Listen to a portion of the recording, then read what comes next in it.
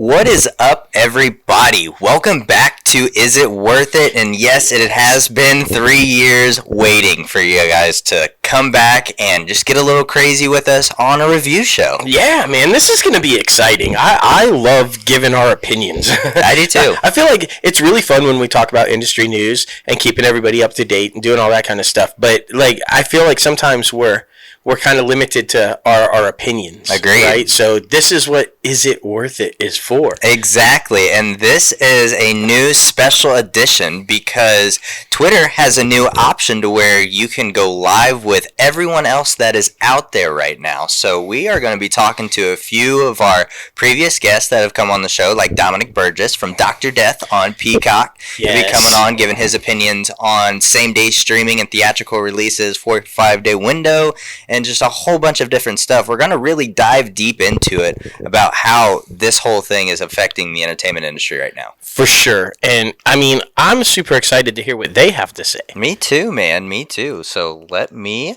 get on Twitter, and we will get this thing started. Ryan, can you hear us? I can. Hey, man. What is up? Oh, just getting ready off of a long day. But how are you guys?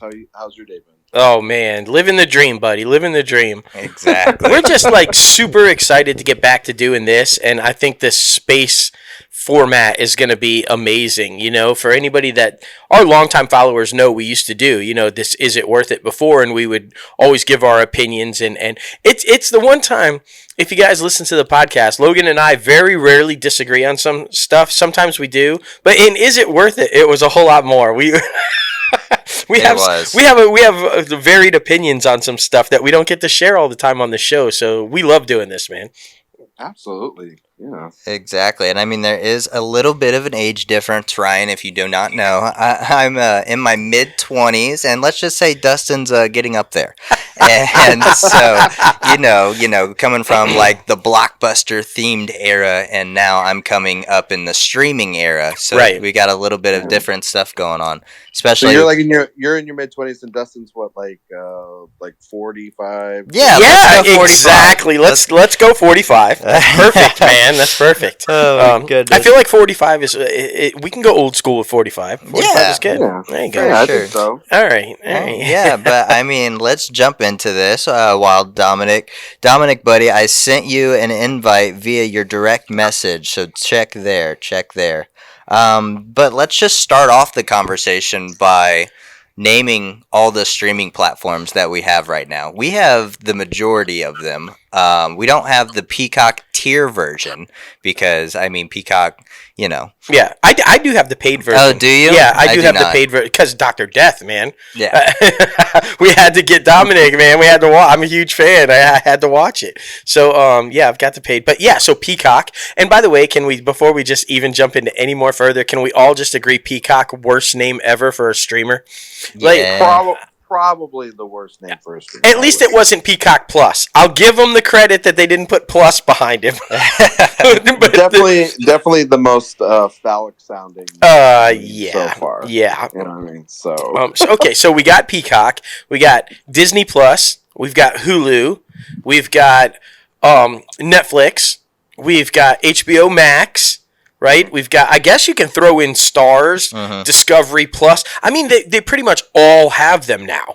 So, there's AMC Plus has their own thing. Yep.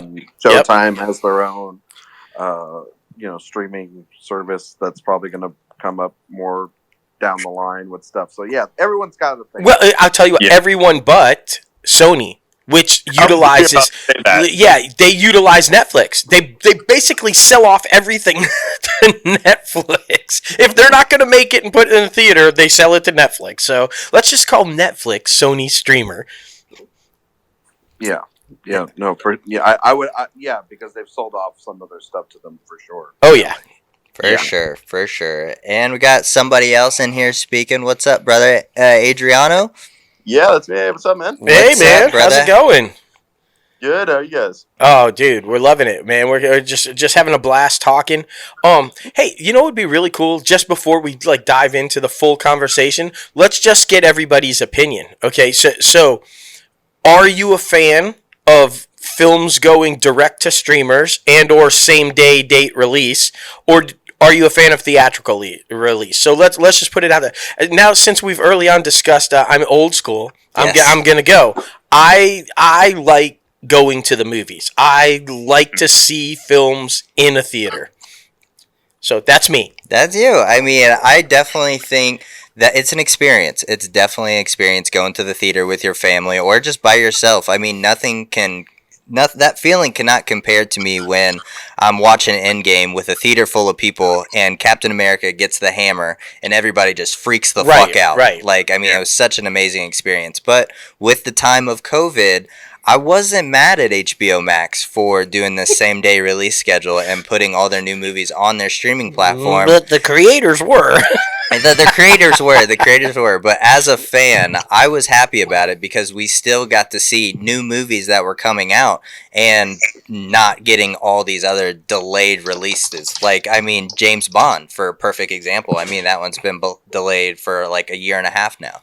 So, I mean, just, I think it was a good Band-Aid, but overall, in the grand scheme of things, I don't think it's the best idea. No, well, and I just want to, I'm wondering, and I'm just going to throw this out there, and please, like, I'm a huge Patty Jenkins fan, so don't take this as a dig against Patty Jenkins, but I'm just wondering, now Nolan for sure, Nolan was bolting Warner Brothers anyway, he was pissed off about it from the start, but I'm wondering if the rest of these creators that have decided not to work with Warner Brothers anymore because of the whole, saying, putting it on HBO Max stuff, I wonder if that was even an issue prior to finding out that Patty and Gail got paid a shit ton of money because it got put on HBO Max and they did not.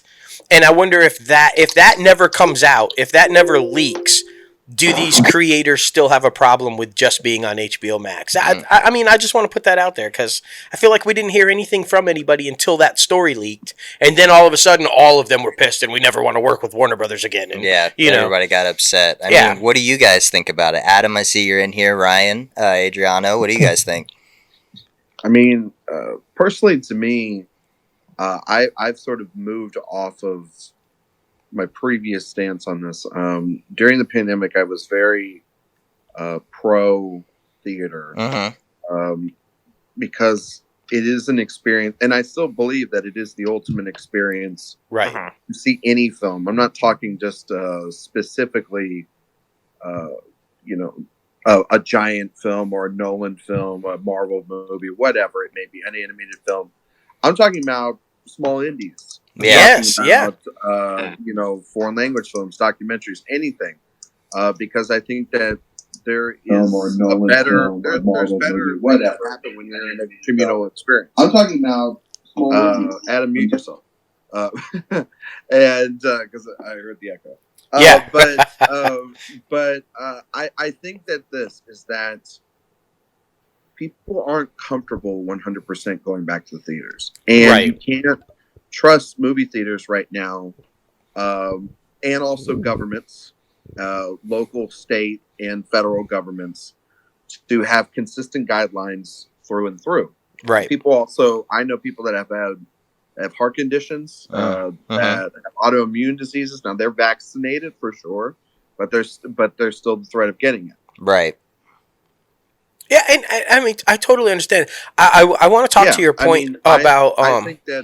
I think that HBO Max is the right way of doing everything. What they've done is have at least the ability to show that they will have a consistent slate of films throughout their entirety of the year, and they're okay with it. Now, if that pisses off Denis or Nolan or Patty Jenkins, which I don't think they really care, because at the end of the day, they're Warner Brothers, right? And they will. Yeah. They've always been the place to have and find directors. They are going to work with Denis to make that sequel for Dune happen, regardless of if it is a box office success or a streaming success. They want that to happen because they need a franchise outside of the DCEU, right? And I think that Patty Jenkins, they can get the third person to do the Wonder Woman film, and Nolan, if he's gone, well, they can. They were fine before Nolan, and they will be fine without him. There's a couple of things that you said there that I kind of want to address.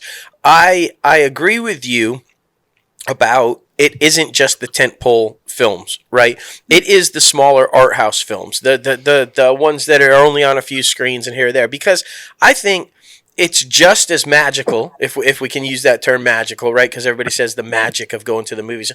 I think it's as awesome as it is to when like, as Logan said, Cap grabs the hammer and the crowd goes nuts and everything. It's also just as moving or just as powerful if you're sitting in and it is one of these drama story driven films and the whole theater is crying. The entire place is feeling the emotion that's going on in the story. That's just as powerful to me as the tentpole movies, right? And they deserve to be in theaters as well and be able to share those moments with everybody.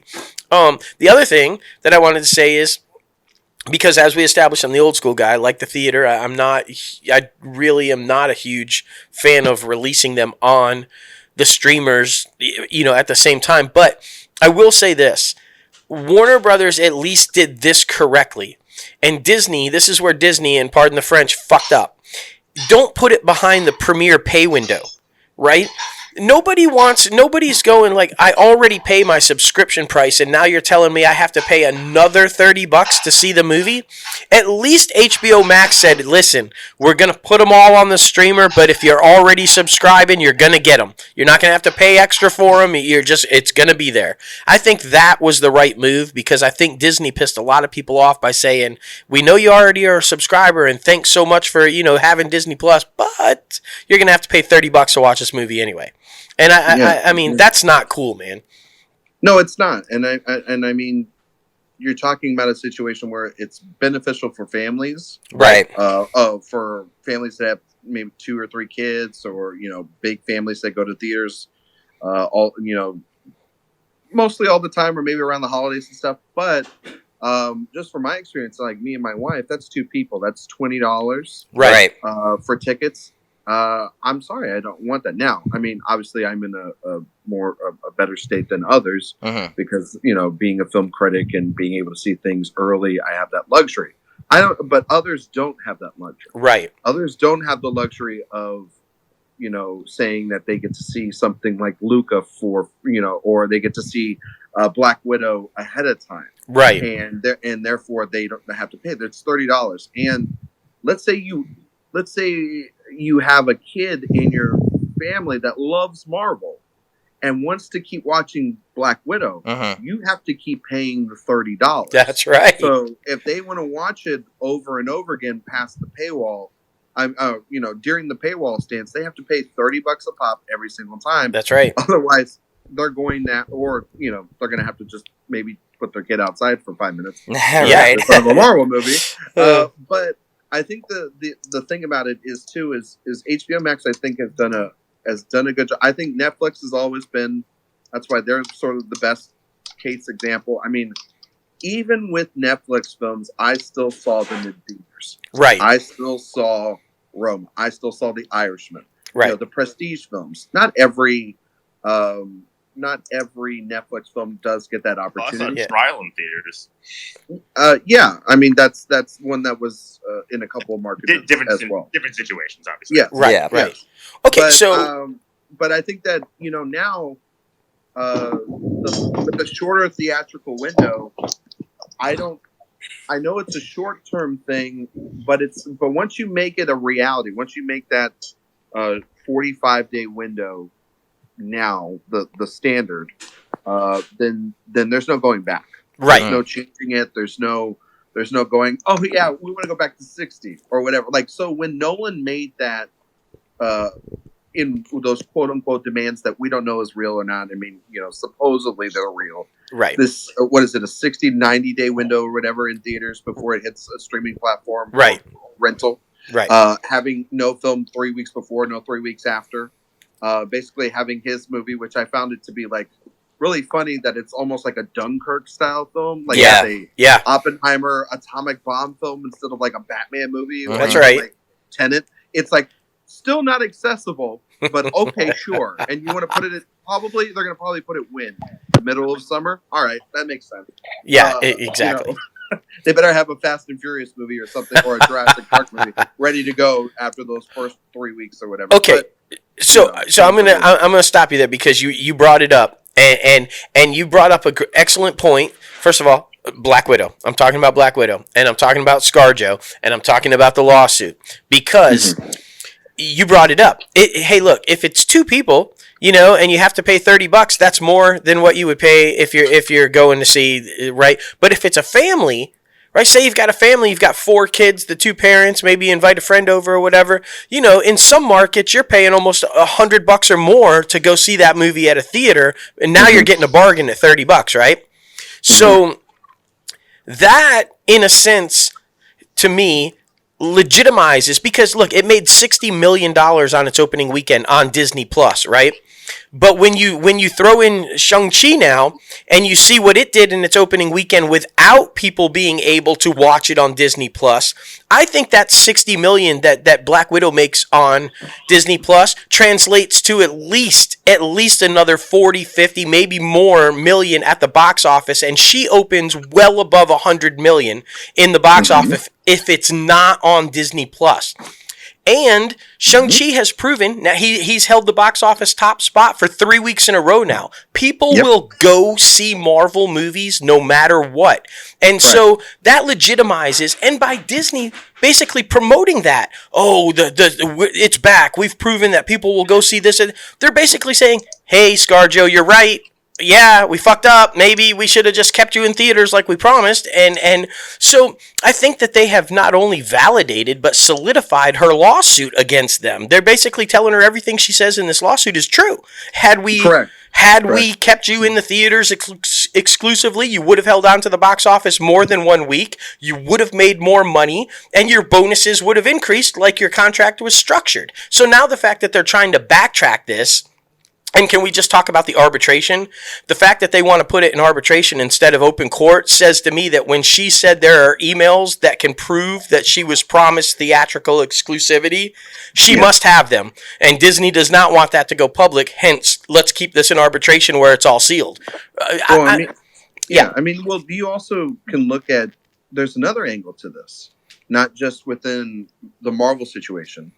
But then there's the situation, obviously, with Emma Stone. There's the situation with the Jungle Cruise. I mean, this is what happens when you make decisions without actually thinking. Right.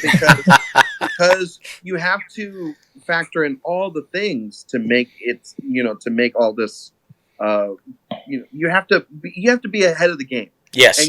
And they're just looking at money and God bless them, it's because they didn't make any money last year. The only person that made money last year in a theater was Warner Brothers. Yeah. Because they had Tenet in the theater. Now, granted, it was $380, close to $400 million for that film. But if you factor in probably streaming rights and home box office, or just the fact that, selling it on physical media, it probably broke even, which is not what they want, but it is what it is. It wasn't the colossal fail that people thought it was. But what's interesting is you're mentioning it, is that they are using this, and this is what marked that controversy with Shang-Chi, is the whole, they're using this as a test run, right? For a very diverse film that should never be said. Like, you should never say that out loud. Exactly.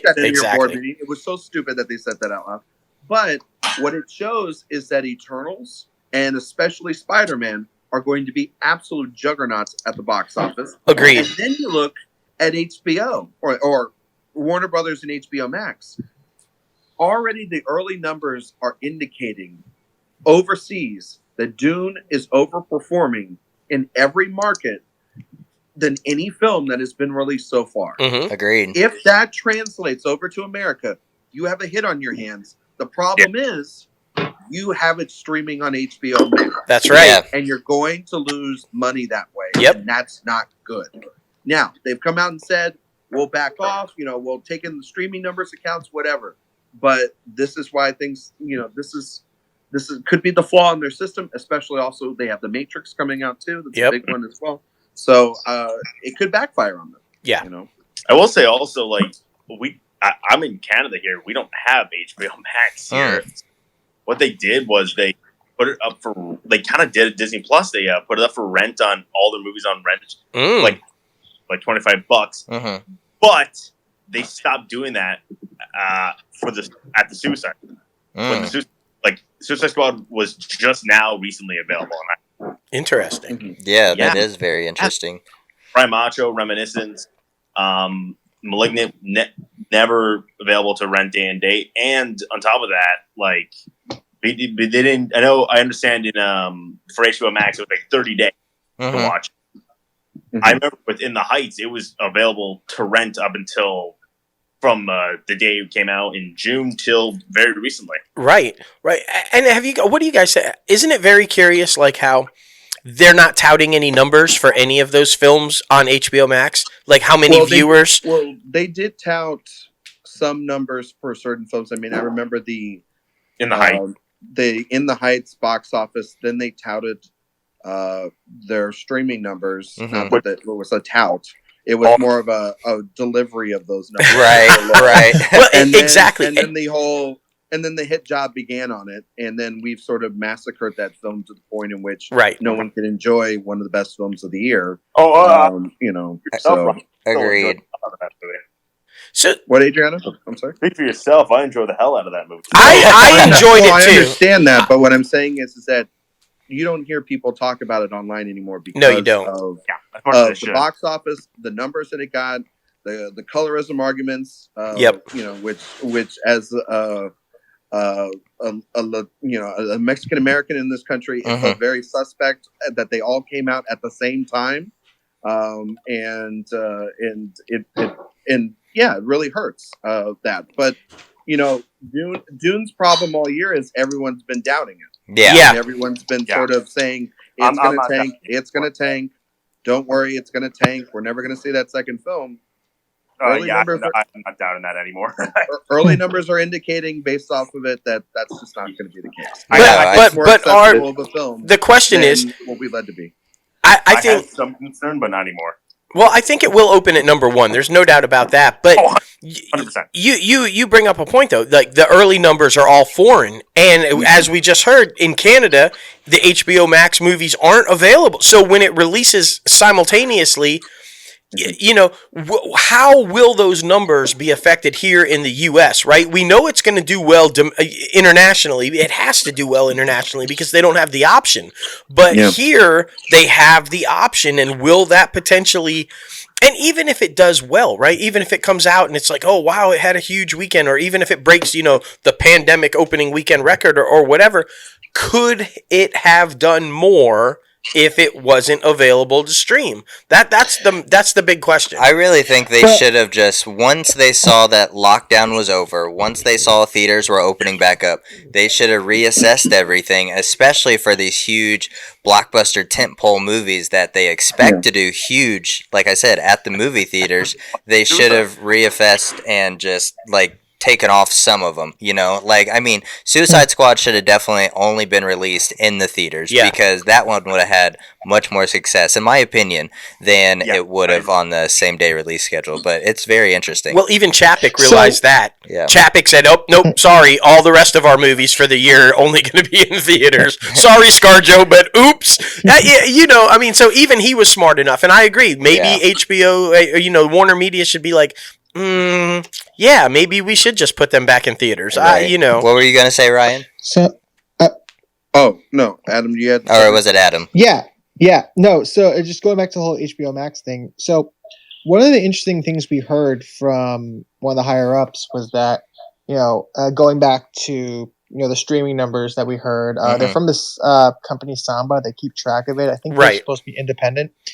Yeah, so one of the things that the higher ups have kind of been saying throughout this whole time is that usually when it comes to the box office, apparently with this year, everything that is doing well will also congruently do well on streaming, and vice versa. So if it doesn't do well, then that'll be reflected in not just the box office, but also the streaming numbers. And we saw that pretty consistently throughout the last few months. You mentioned In the Heights before, and people were saying, oh, would have done so much better if it was just theatrical. And then the streaming numbers came out, and they were actually pretty low, comparatively, like if you compare it to, say, Mortal Kombat, which is apparently their biggest one, or Godzilla vs. Kong, those were They're higher. Still not. Well, yeah, still not. and Still existing not. properties. Yeah, and keep in mind, like, go back to Suicide Squad for a second. Mm-hmm. You know, that did better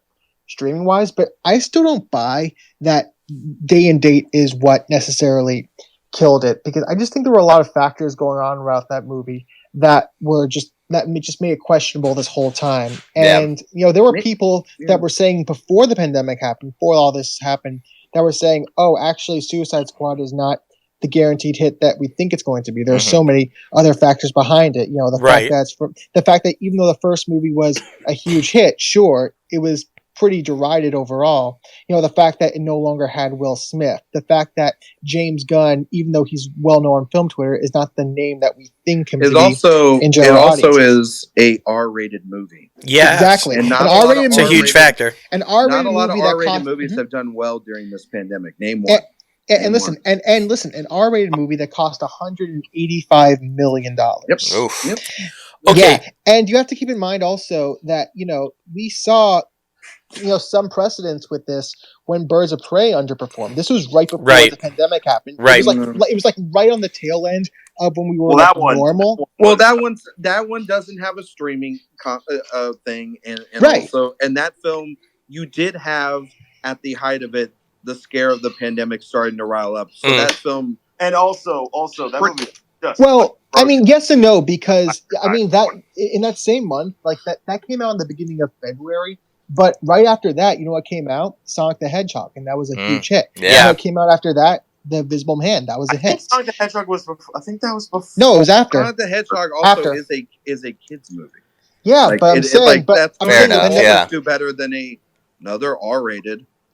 Right, but the pandemic was not a factor. Like I can tell you right now, I can guarantee you that Invisible Man would have made a hell of a lot more money in the theaters if people didn't start literally having their theaters closed down because they moved Invisible Man to streaming platforms. Yeah, it might have made a little more money, but it would have made more money. Pretty well. Like, it was still a hit. Well, okay, so let's talk about this though. So let's bring it back a little bit.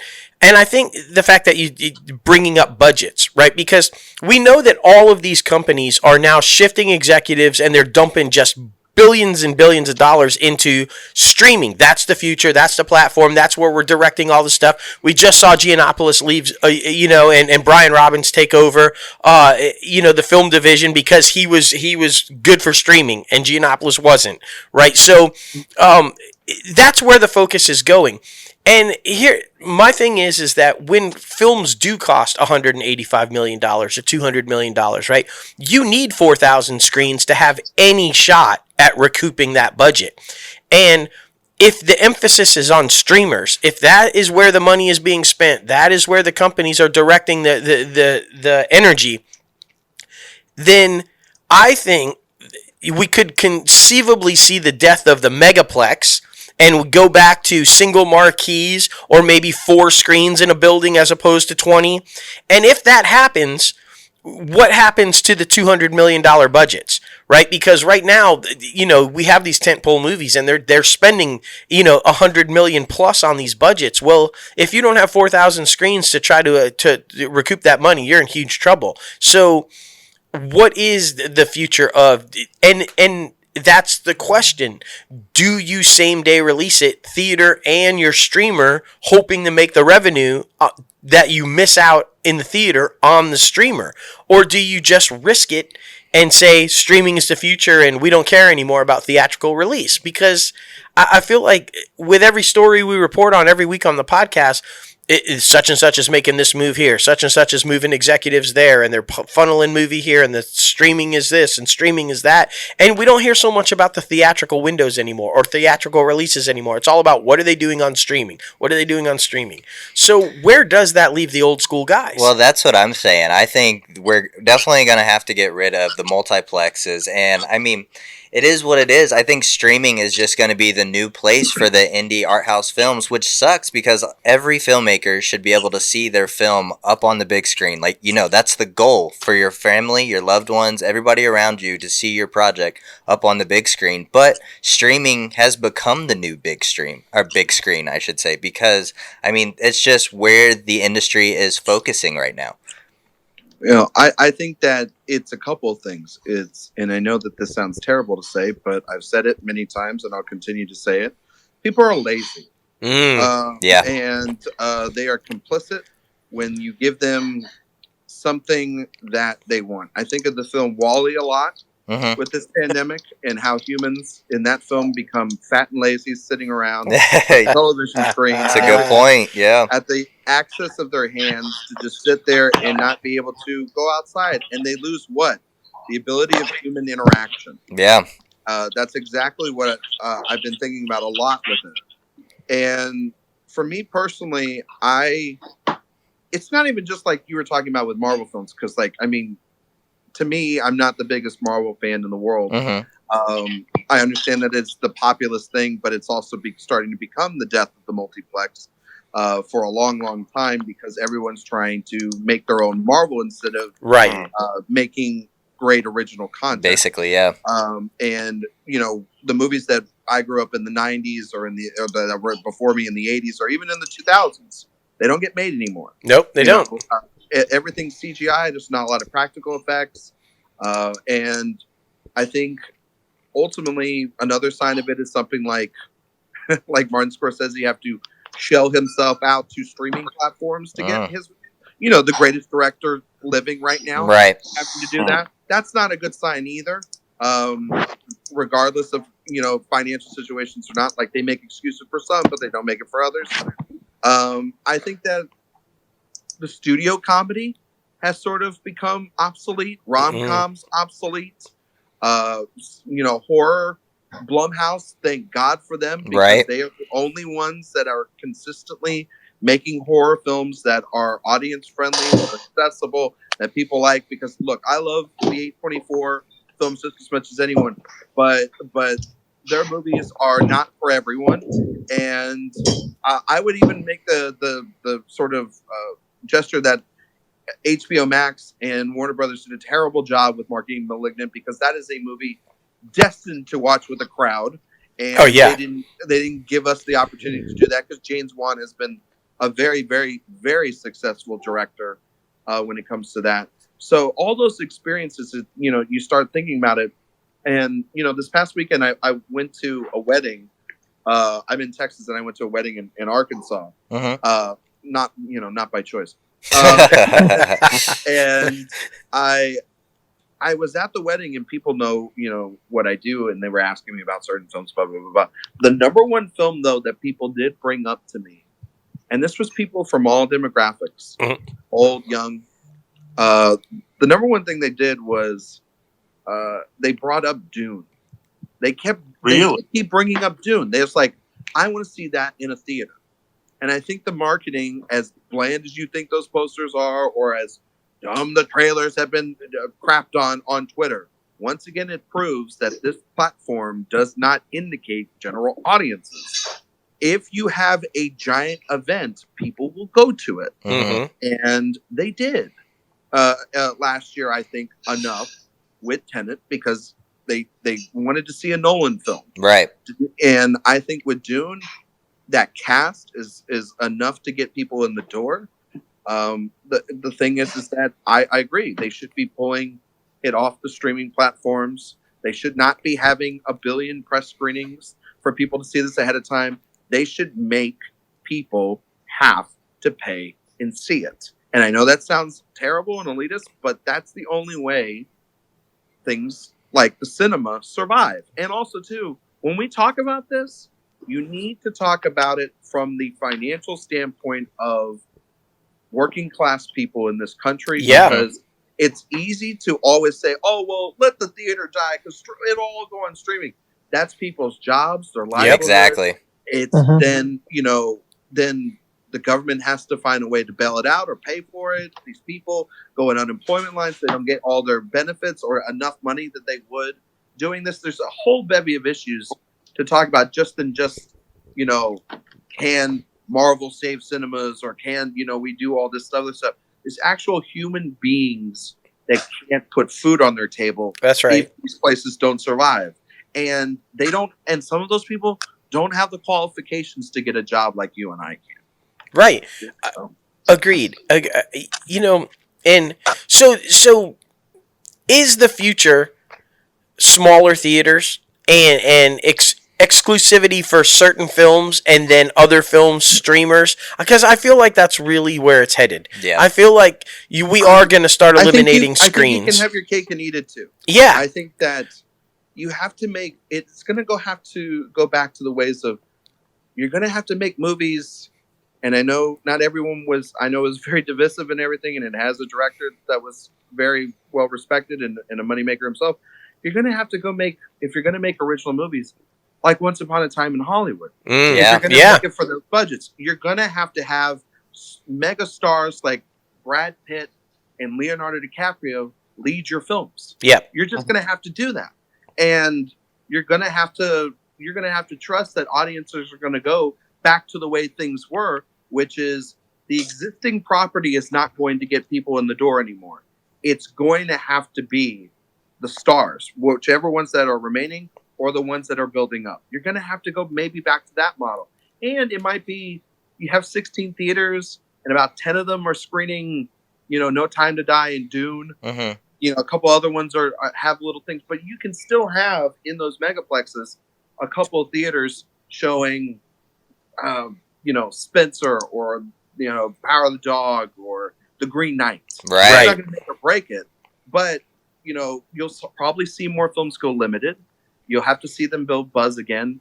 It's going to be an uphill battle for those, but ultimately I do think that slowly but surely we're seeing things get a little bit back to normal over and over, as the weeks have come. But, it's going to also have to be about how it's going to be real assessments after these 2 years of slates of films come out, right?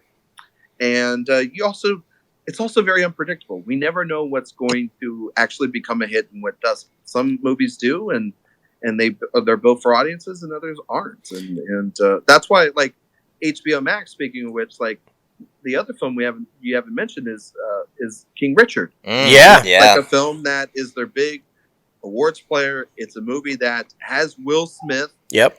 It's the story of the Williams sisters, two of the most famous athletes in American sports history. And it's gotten rave reviews and everything. You look at it, I know it's a very controversial film, but a movie like Green Book made a ton of money. Yeah, it's true. And The Blind Side made a ton of money. And, movies like that, those feel-good sports films or whatever that comes out around Thanksgiving, they play really well. They do. And if you put that on a streaming platform, you're going to lose a lot of money doing that. Agreed. Well, I think for me, the biggest question regarding especially HBO Max has been what's the overlap in the sense of what are the people that would have seen it in the theater had that been the only option, but are going to now watch it on HBO Max because they can. Right. Because to me, when you think about all the people that are watching it on HBO Max, sometimes what the thing that people forget is that, HBO Max, they can boast, oh, we got 2 million 2 million views on this movie, but not all those people are people who would have seen it in the theater. Sometimes those are people who were never going to see it in the theater, right? And they just decided to watch it. And I don't know what percentage it is. I think when you talk about the money that they're leaving on the table, and really what you have to look at is those people who are more likely to be theater goers, but have now switched over. I don't think there's any use in looking at the people who are just going to watch it on streaming or regardless, or just never going to go to the theater to see it. If I'm I was never going to go to the theater to see Malignant. Oh, I'll just watch it here. Right. That's not the concern. The concern is how much. The concern is I was going to see that in the theater, but it's on HBO Max. Oh, maybe I'll just watch it there. I think that's what you have to be concerned about. I think it goes more back to what Ryan was saying. People are inherently lazy. I mean, maybe there's not enough gas in the car. Maybe they don't want to make an extra stop before going to the theater. So they're just going to be like, yeah, I have the streaming platform. Might as well just stay home and do it. Like, there's no doubt there's always going to be movies that are coming out. Like, for example, Dear Evan Hansen. I want to go see that in a theater to, like, get the crowd. I would advise you not to do that if you value your life. Really? Wow. It's terrible. Oh man. Yeah. I think also there's so much saturation in terms of streamers with Apple and Hulu and HBO and Netflix that the general swath of the population in Middle America might not have all of those services and might not want to pay $4.99 extra to watch Halloween Kills on October 15th. Yeah. Because they've already subscribed to 4 or 5 other things and maybe they have cable already, and it's just I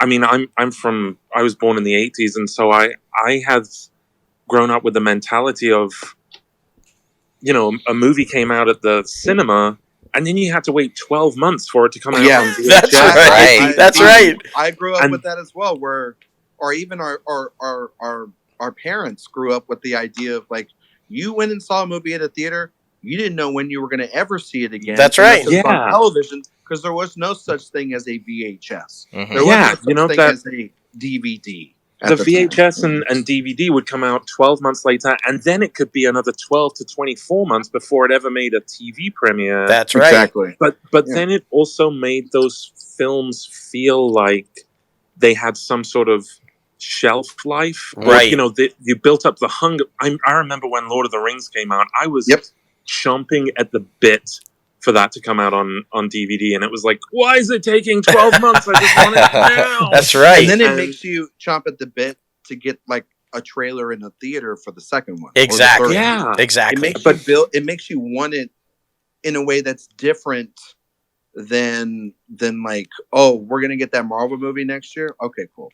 Right. We're gonna get that trailer soon. Okay, because like the minute that Spider-Man trailer came out, everyone shut the fuck up after that. Right. Like, nobody's fucking talking about it anymore. So, like, when's trailer number 2? Never heard about it. Never talked about it again. I want to tell you. I feel like with streaming, that again, there's so much content that the shelf life of a film in people's consciousness is like 2 weeks. Right. I remember The Old Guard came out, and I was like, oh my God, I love this film. This was great. And nobody talked about it. Yeah. And then it disappeared. But it's a great film, but it's not on physical media, and then it's just out there in the sort of the algorithms, right? Right. I mean, it's like the algorithm of, like, a movie. Like, I watched a movie a couple weeks ago called Worth with Michael Keaton. Yes. Oh my goodness. Yeah. And it's I think a really effective drama. And they bought it at Sundance, Netflix, and everything. Problem is, nobody saw it, and it was released on the week it was supposed to be released for the anniversary of 9/11. Right. And nobody even watched it. No one talked about it. Nobody talked about it. And it was just I kind of sat there and went, well, why the fuck did you buy it then? Well, exactly. And it goes back to what Lulu Wang said when she was making her decision about the farewell or going through a streamer. Is that the best way for her movie to get on a for the most optical way of everyone to see it wasn't on a streaming platform. Right. Because on a streaming platform, movies get lost all the fucking time. Yeah. And the bigger that these catalogs get, the bigger that the more subscribers they get, the more these movies are going to get lost. And so she said, at a theater, I'm guaranteed opening weekend that people will see my film. And I will just say this, going back to the arguments I was making before about the way studios need to change. They just need to go back and say, you know what? Fuck it. We don't care about IP anymore. We don't care about this or we don't care about that.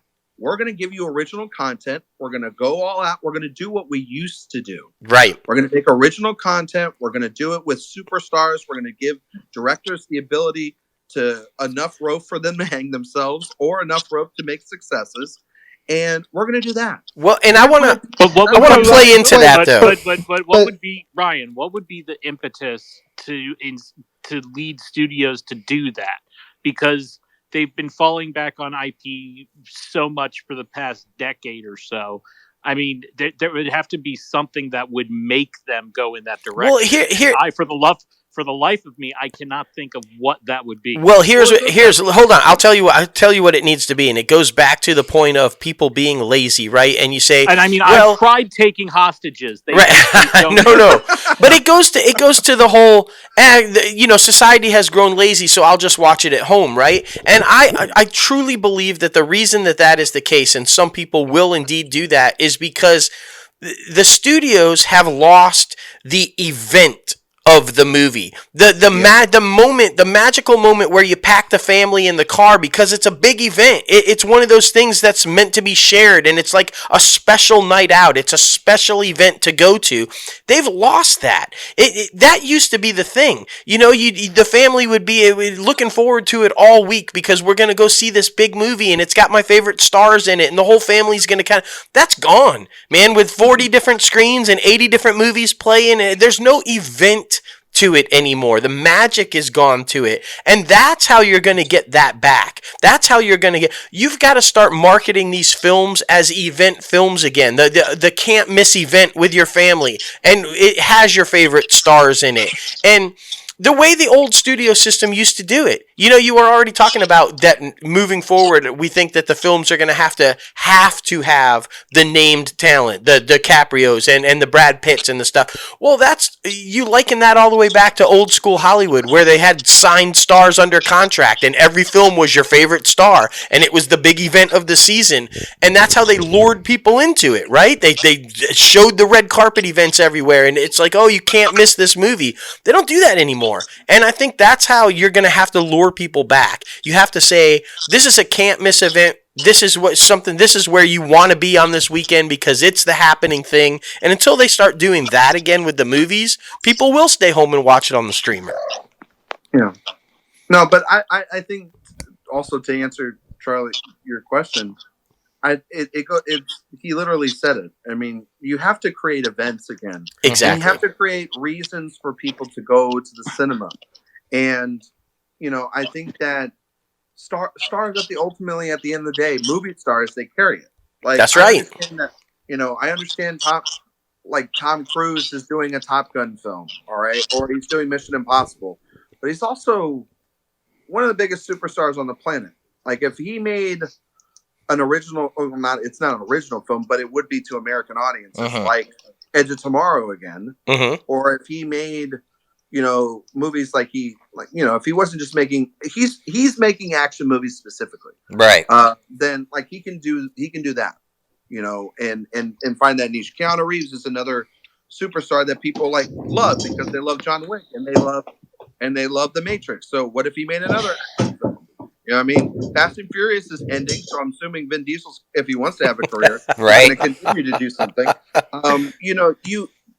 There are ways to do it. Like, I say it like this, is that on television, there's event television. There is. There's event television where you're sitting down every week, and that is the thing that we are all consuming. And it's not just the Marvel shows. No. It's stuff on HBO. It's all these different television shows that you've invested yourself in. If you build something, people will find it and love it. They will. Nobody's look, I know that adapting thing isn't necessarily the most original thing, but Dune is, for most people, this will be the first time they ever experience it. It will be like it is, because let's face it, none of those people ever read the damn books. No. Just like Lord of the Rings, nobody ever read those damn books. So this is original to them. Wait. Oh goodness. Wait. Lord of the Rings were books? Oh shit. Oh my goodness. Like this. Yes. I will say I did read them, but you're right. It's event. And we've heard that NBC. Game of Thrones. Yeah. Game of Thrones perfectly. I think fucking knew about. I didn't know about any of those books until after the first season of that show, and it became a phenomenon. Yeah, exactly. And this might be giving me a little heat, and it's kind of hilarious, but they're geared toward a very specific audience. But Hallmark does a very good job at targeting like event programs that are going to be on Hell their yes, channel they that like a lot of people watch. It's what I said earlier. They don't make romantic comedies anymore. Yep. Unless with big stars. Exactly. Like I mean, like, say what you want about McConaughey. He ran amok of Hollywood and made them a ton of money. Whole bunch. Too, yep. By just making fucking rom-coms for years. Yeah. And then he was like, I want to win an Oscar. But, like, you know, find somebody that would want to make those films. Make them entertaining. And they were funny. They were funny. They weren't just like, you know, they weren't the fucking Kissing Booth. They were actually funny. Hey, look, man, How to Lose a Guy in 10 Days, it was fantastic. It was a fantastic film. Wedding Planner, great. Right. But, so, you know? I don't... Fuck off. I feel like, though... When Harry Met Sally. Oh, that's exactly. Yeah, without doubt. Don't even get me started in the Tom Hanks ones. But we don't want to... Okay, so we don't want to, like, diss the streamers all the way, though. I think this whole conversation is like, what are the benefits of film, you know, being in theaters, and why theater is great, and what they need to do to fix theater and everything. But I will say this about the streaming platforms. They provide an opportunity for content that can't be told in a film. Right? There are some stories that need longer than 2 hours to tell the story, right? And streamers provide creators platforms to do just that. An event series. And there we go again with the word, but that's how they bill it. This is an event series.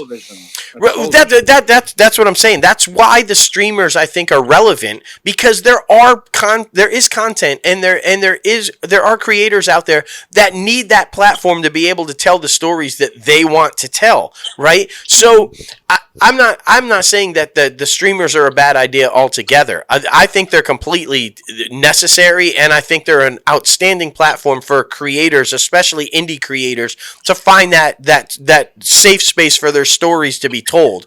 I just don't agree with putting your blockbuster films on the streamer. I think that should be in a theater and let it do its run and then play it on the streamer at some point. But you know what's interesting is that you talk about for this year. Yeah, HBO did only say, though, it was for this year. Yeah. They will reevaluate next year.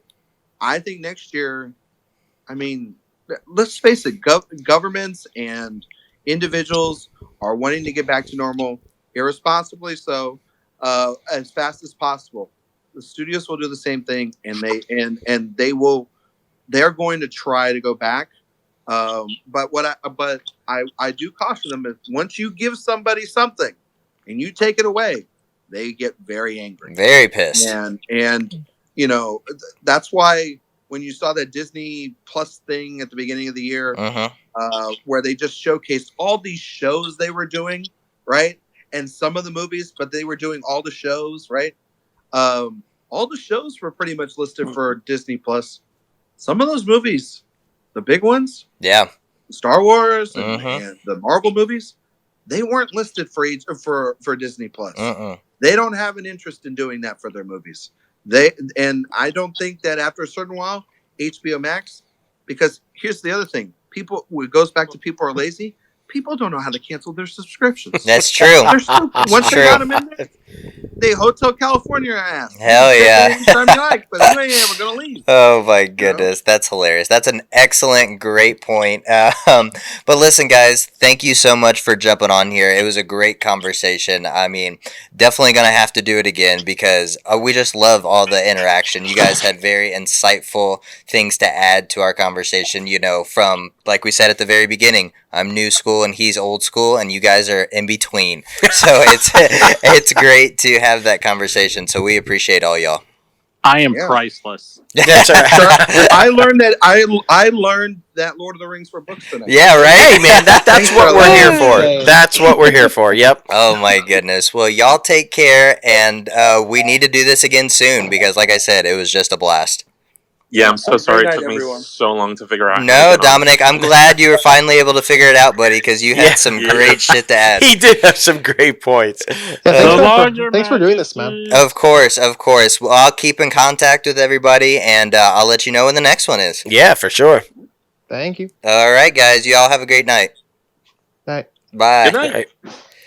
All right. All right. See, I love that. I love that we can have more opinions and more dialogue from multiple different people. At one time, we were up to like 20 listeners all at once. Right. And so it was a phenomenal time. It was really fun, and I always again, I think this is going to be a really fun format because we talk about it all the time with the films that we make. Yeah. We talk about it on the podcast all the time. If people will take the time to sit down and listen to each other and talk, we really do find out that we have far more in common than we have different. Agreed. Right? And this conversation proved that. While everybody had an opinion, everybody kind of was gravitating towards the same decision. Yep. And in all likelihood, all agreed on where the matter should go and how the matter should be, right? Yep.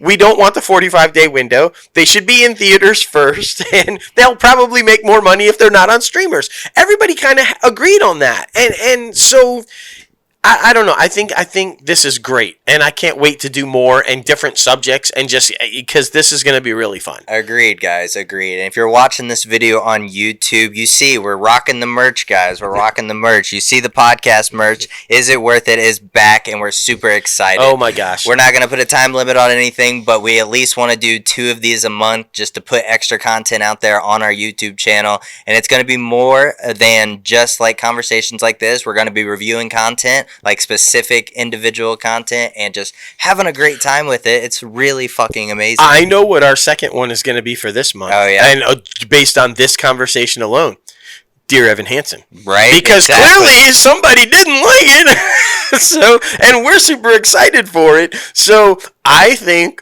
our Is It Worth It second for the second episode will be our opinions of Dear Evan Hansen. And then maybe we can have the guys back on to say why they hated it. Yeah. And maybe we'll agree with them. Yeah. Or maybe we'll say, you're so full of shit. Yeah, we loved it. So exactly. Look forward for that. Thank you guys so much. Follow us at CAF Podcast and at Crazy Ant Media. Myself at JLo Fantastic and Crazy Ant Guy 1970. Anywhere and everywhere, guys. Y'all have a good one.